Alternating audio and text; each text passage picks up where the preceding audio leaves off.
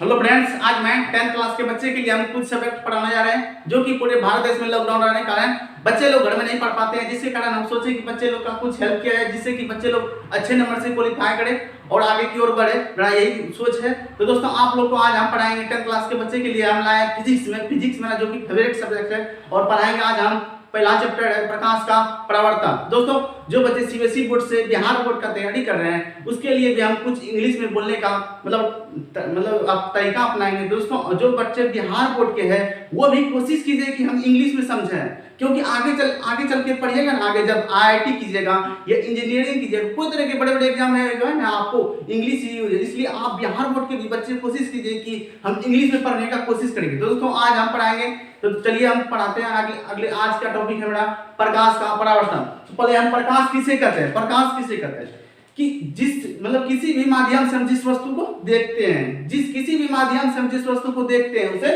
प्रकाश बोलते हैं। जैसे कि हम ये सर्च लाइट के माध्यम से हम टेबल कुर्सी को देखते हैं, उसी को बोलेंगे प्रकाश। आगे आता है प्रकाश का स्रोत, मतलब प्रकाश आता कहां से? प्रकाश का स्रोत उसको बोलेंगे कि जहां से प्रकाश आता है उसी को प्रकाश का स्रोत बोलेंगे। जैसे कि Surya Prakash, search light, LED bulb, डिबिया लैंप, इस तरह इत्यादि प्रकार के प्रकाश के स्रोत है। तो दोस्तों, आप लोग को एग्जाम में आ जाएगा कि प्रकाश के स्रोत किन्हीं दो प्रकाश के स्रोतों के नाम लिखे हैं। तो दोस्तों, सबसे पहले लिखिएगा सूर्य, उसके बाद लिख दीजिएगा सर्च लाइट या एलईडी, तो इत्यादि प्रकार के। दोस्तों, आगे हम टॉपिक है मेरा अगले टॉपिक पढ़ते हैं। दूसरा टॉपिक है मेरा प्रकाश का मतलब प्रदीप्त वस्तु। और अप्रदीप्त वस्तु किसे कहते हैं? प्रदीप्त वस्तु उसको बोलेंगे कि जो प्रकाश को उत्सर्जित करता है, उसे प्रदीप्त वस्तु कहते हैं। जैसे कि आप लोग देखिए, मतलब मेरा ये मेरा टॉर्च है, टॉर्च की मदद से हम किसी वस्तु को, टॉर्च है मेरा, ये प्रकाश को क्या करता है? उत्सर्जित करता है ना, वही मेरा क्या कहलाता है? प्रदीप्त वस्तु। जो प्रकाश को उत्सर्जित करता है उसे प्रदीप्त वस्तु, और अप्रदीप्त वस्तु उसको बोलते हैं जो कि प्रकाश को उत्सर्जित नहीं करते हैं, उसे बोलेंगे अप्रदीप्त। जैसे कि कुर्सी, टेबल, दीवार इत्यादि प्रकार की अप्रदीप्त वस्तुएं। दोस्तों, आप लोग पढ़ते रहिए ऑनलाइन क्लास, और हम पढ़ाते रहेंगे। दोस्तों, अगले टॉपिक है मेरा प्रकाश का किरण।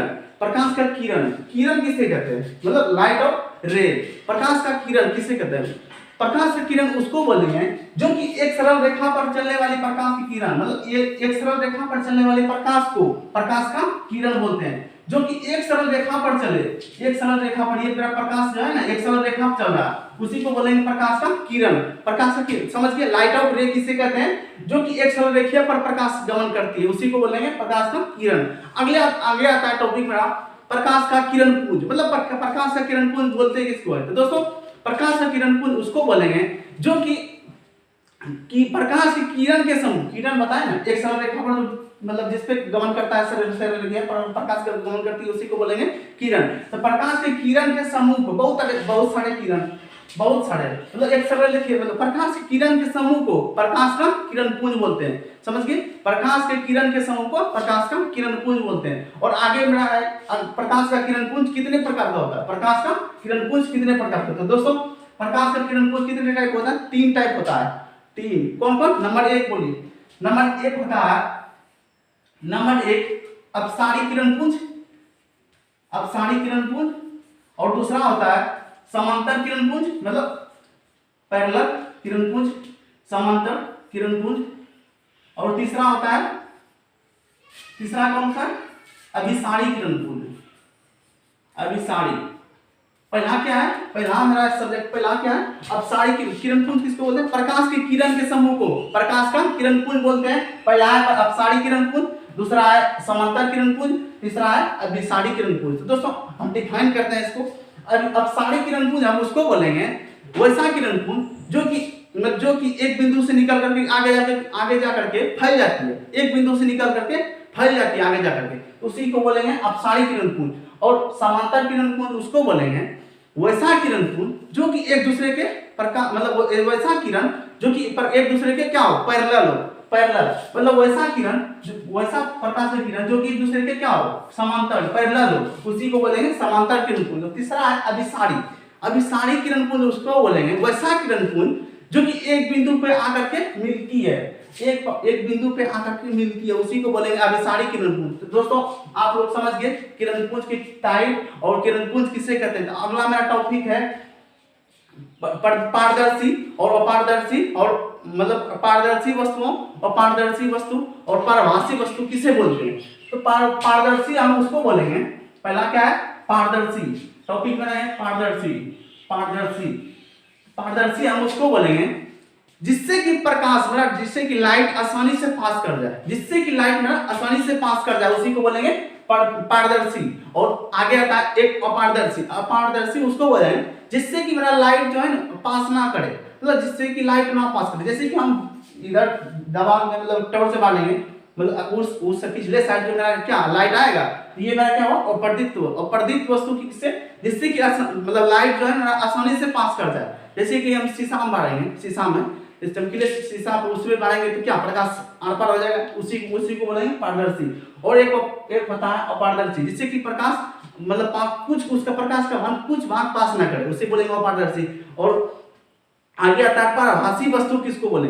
पारभासी उसको बोलेंगे जिससे कि प्रकाश के कण कुछ भाग जो है पास करे, वो प्रकाश के कण कुछ भाग पास करे। जैसे कि हम एक पेज लेंगे, पेज में अगर इधर से टॉर्च मारेंगे इस साइड देखिएगा आपको मतलब थोड़ा कुछ लाइट प्रकाश का कण जो है पास करता है, उसी को बोलेंगे पारभासी। पारभासी कुछ प्रकाश का कण जो है कुछ भाग पास करे। तो आगे हम मतलब समझ गए पारदर्शी, पारभासी और पारदर्शी। आगे आता है मेरा प्रकाश का परिवर्तन। मतलब मेरा टॉपिक जो है मेरा क्या है? प्रकाश का परावर्तन किसे कहते हैं? मतलब प्रकाश का परावर्तन किसे कहते हैं? प्रकाश का परावर्तन किसे कहते हैं? प्रकाश का परावर्तन उसको बोलेंगे जो कि मतलब किसी चमकीले सतह पर प्रकाश की किरण टकराकर वापस जो लौटी, मेरा वही क्या कहलाता है? प्रकाश का परावर्तन। मतलब किसी चमकीले सतह पर, ये मेरा शीशा दर्पण है, दर्पण पे हम अगर टॉर्च लाइट क्या हो, प्रकाश का किरण क्या उस उधर से लौटा जो वही मेरा क्या कहलाता है? प्रकाश का परावर्तन। तो समझ गए प्रकाश का परावर्तन किसे कहते हैं? कि किसी चमकीले सतह पर जब हम प्रकाश की किरण जाती है तो वो पुनः वापस लौट करके जो लौटा जो वही बोलेंगे प्रकाश का परावर्तन। तो दोस्तों आगे आता है प्रकाश के परावर्तन के दो नियम होते हैं। पहला आपको पहले प्रकाश का परावर्तन के लिए कुछ बेसिक सीखिए। तो पहला बेसिक देखिए बता रहे हैं। बेसिक मेरा यही है, बेसिक मेरा यही है कि आप जानते हैं आपतित किरण मतलब किसी चमकीले सतह पर मतलब किसी समतल सतह पर जो किरण आती है, मतलब जो किरण आती है उसी को बोलेंगे आपतित किरण। और जो परावर्तित किरण मतलब आपतित किरण किसको बोलेंगे? जो किरण आती है उसे आपतित किरण। और परावर्तित किरण उसको बोलेंगे जो किरण जाती है उसे परावर्तित किरण। जो किरण जाती है उसे परावर्तित किरण। आगे आता अभिलंब। किसको बोलेंगे? अभिलंब। अभिलंब उसको बोलेंगे आप किसी समतल सतह पर आपतित किरण और परावर्तित किरण के बीच खींचे गए लंब, ये खींचे गए लंब को अभिलंब कहते हैं। आपतित किरण समझिए आप लोग, आपतित किरण और परावर्तित के किरण के बीच एक लंब खींचते हैं जिसे हम अभिलंब कहते हैं। और जो कि मेरा क्या अभिलंब होना चाहिए कितना डिग्री का? 90 डिग्री का होना चाहिए अभिलंब। कितना डिग्री का? 90। तो आप समझ गए आपतित किरण जो किरण आता है उसी को आपतित किरण, परावर्तित किरण जो किरण जाती है उसी को परावर्तित किरण। अभिलंब किसको बोलते हैं? कि आपतित किरण और परावर्तित किरण के बीच खींचे गए लंब को अभिलंब बोलते हैं। आगे आता है आपतन बिंदु। आपतन बिंदु उसको बोलेंगे कि आप किसी समतल सतह पर जब मेरा आपतित किरण टकराती है एक बिंदु पर, वही मेरा बिंदु जो हुआ वही मेरा कौन बिंदु हुआ? आपतन बिंदु। कौन बिंदु? आपतन बिंदु। तो समझ गए आपतन बिंदु, आपतित किरण, अभिलंब और परावर्तित किरण। समझ गए? तो दोस्तों आगे हम बता रहे हैं आप लोग को प्रकाश का परावर्तन का नियम कितने होते हैं? 2 होता है। पहला नियम बता रहे हैं, पहला नियम यही बोलता है कि जब आपतित किरण और परावर्तित किरण और आपतन बिंदु पर डाला गया विलंब, आपतित किसी समतल सतह पर आपतित किरण और परावर्तित किरण तीनों मतलब किसी समतल सतह पर डाला गया विलंब जो कि तीनों एक ही समतल सतह पर होते हैं, उसी को बोलेंगे प्रकाश का परावर्तन का प्रथम नियम। समझ गए? आपतित किरण और परावर्तित किरण तथा आपतन बिंदु पर डाला गया लंब, ये खींचा गया लंब तो प्रकाश का परावर्तन का प्रथम नियम बोलते हैं। और दूसरा नियम यही है कि आपतन कोण और परावर्तन कोण क्या होना चाहिए? बराबर होना चाहिए, मतलब पैरेलल होना, सॉरी आपतन कोण और परावर्तन कोण क्या होना चाहिए? इक्वल होना चाहिए दोनों। जैसे कि आप लोग जानिए कि आपतन कोण किसको बोलते हैं? आपतन कोण किसको बोलते हैं? मतलब आपतित किरण और अभिलंब के बीच बने कोण को आपतन कोण कहते हैं। समझ गए? आपतन कोण किसको बोलेंगे? आपतित किरण और अभिलंब के बीच बने कोण को आपतन कोण कहते हैं। और आगे आता है परावर्तन कोण। परावर्तन कोण उसको बोलेंगे कि परावर्तित किरण और अभिलंब के बीच बने कोण को परावर्तन कोण बोलते हैं। समझ गए?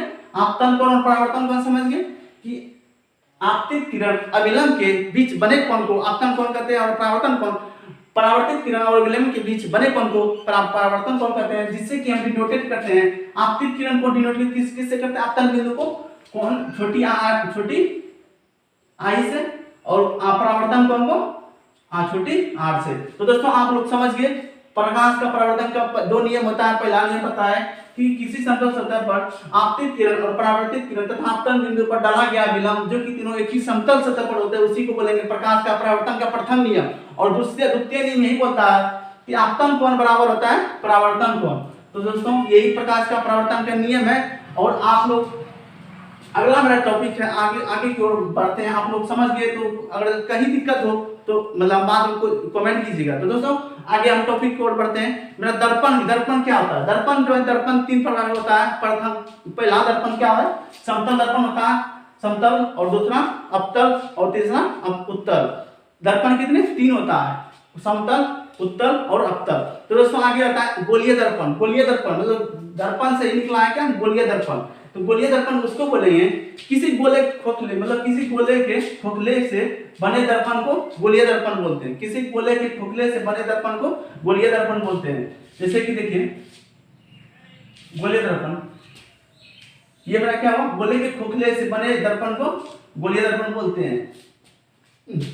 जो कि मेरा गोलीय दर्पण कितने प्रकार के होते हैं, दो प्रकार के होते हैं। पहला कौन, अवतल दर्पण और दूसरा है उत्तल दर्पण। अवतल दर्पण किसको बोलते हैं, अवतल दर्पण उसको बोलेंगे जिसका कि बाहरी सतह जो है ना, बाहरी वाला भाग रुखरापन हो, कि कैसा रुखरापन, बाहरी वाला भाग जो है ना रुखरापन हो, और उसी को बोलेंगे अवतल दर्पण। और आगे आता है उत्तल दर्पण। उत्तल दर्पण उसको बोलेंगे जिसका कि अंदर वाला सतह जो है ना रुखरापन हो, अंदर वाला सतह। और अवतल का क्या था कि बाहरी सतह उसका रुखरापन था, उत्तल का क्या होगा, अंदर वाला सतह जो है ना रुखरापन होगा, उसी को बोलेंगे उत्तल दर्पण। आगे आता है कि आप लोग को एग्जाम आ जाएगा लिखने के लिए बोर्ड के एग्जाम में कि उत्तल दर्पण और अवतल दर्पण में अंतर क्या है। तो दोस्तों आप लोग घबराइएगा ना, आप लोग लिख लीजिएगा कि अवतल दर्पण और अवतल दर्पण अंतर ये हम बता रहे हैं, आप लोग लिखिए। अवतल दर्पण में और उत्तल दर्पण में अंतर ये है, लिखेंगे सबसे पहले कि अवतल दर्पण और उत्तल दर्पण में निम्नलिखित अंतर है। नंबर एक लिखेंगे कि अवतल दर्पण का यूज हम कहाँ करते हैं, दाढ़ी बनाने में। नंबर एक लिखेंगे, पहले लिखेंगे अवतल दर्पण बोलते किसको है, जिसका कि पहाड़ी सतह क्या हो रुखरापन हो, उसी को बोलेंगे वैसा दर्पण को हम बोलेंगे अवतल दर्पण। और दूसरा उत्तल में लिखेंगे कि जिसका की सतह मतलब भीतर वाला सतह जो है रंगा हो, रुखरापन हो, मतलब भीतर वाला क्या सतह हो, रंगा हुआ हो, उसी को बोलेंगे उत्तल दर्पण। और आगे लिखेंगे अवतल में नंबर 2 में लिखेंगे कि उत्तल दर्पण का जो अवतल दर्पण का यूज कहाँ करते हैं, दाढ़ी बनाने में। और फिर लिखेंगे अवतल दर्पण का, उत्तल दर्पण में कि उत्तल दर्पण का यूज कहाँ करते हैं, साइड मिरर के, गाड़ी के साइड मिरर के पीछे मतलब पीछे आगे लगाते हैं हम, किसका, साइड मिरर के रूप में, किसका, उत्तल दर्पण का।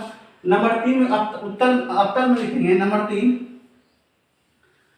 3 में लिखेंगे कि उत्तल दर्पण का हम यूज करते हैं वहां कोई तरह के मतलब जहां पर हड्डी टूटता है, हड्डी मतलब जैसे दांत खवाए जाते हैं, उसमें हम क्या किसका अवतल का यूज करते हैं।